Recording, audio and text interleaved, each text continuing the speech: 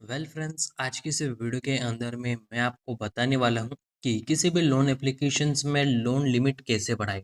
हाँ फ्रेंड्स, मान लीजिए कि यदि आपको किसी भी लोन एप्लीकेशन ने शुरुआत में आपको यहाँ पर 5000 का लोन दिया था, यहाँ पर 5000 का लोन दिया था, या 10,000 का आप मान सकते हो, लेकिन अब वो इससे आगे नहीं बढ़ रही है। सो ऐसे में आप अपनी लोन लिमिट कैसे बढ़ाओगे?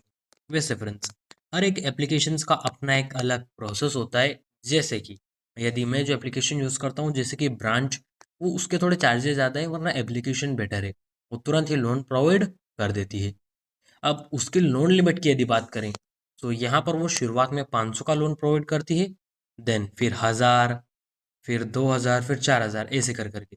लेकिन काफ़ी सारे लोग बोलते हैं कि उससे हमारी जो लिमिट है, वो अभी हमने 4000 का लोन लिया, देन सॉरी 40 हो गया यहाँ पर, ये 4000 का लोन लिया, जिसके बाद में वो वापस माइनस होकर 3 पर आ जाता है, 2 पर आ जाता है।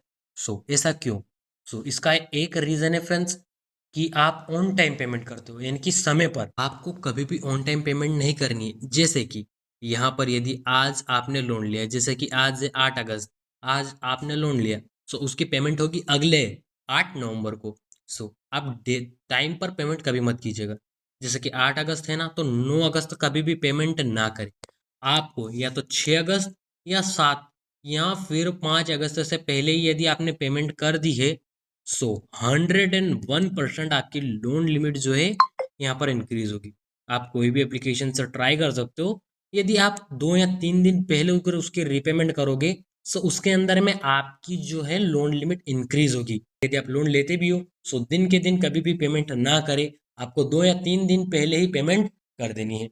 और ऐसा भी नहीं है कि आप 8-10 दिन पहले, नहीं, आपको 2 या 3 दिन पहले ही पेमेंट कर देनी है। और ऐसा नहीं होगा फ्रेंड्स कि हर रिपेमेंट पर आपकी जो लोन लिमिट बढ़े, नहीं। जब हो सकता है इस बार महीने में बढ़ रही हो, अगले महीने में बढ़े, ऐसा लगातार ऐसा नहीं होता है कि आपने इस महीने में 2 लोन ले लिए, तो इसी बार 2 बार लोन लिमिट बढ़ जाएगी, नहीं होता है। हाँ, आप ऐसा कर सकते हो, जैसे कि अभी आपने लोन लिया तो 2 महीने का चूज किया, देन 1 महीने में ही यदि आपने उसकी रीपेमेंट कर दी, सो फिर आपकी लोन लिमिट जरूर ही इंक्रीज होगी। और यही प्रोसेस मैंने भी अप्लाई किया है।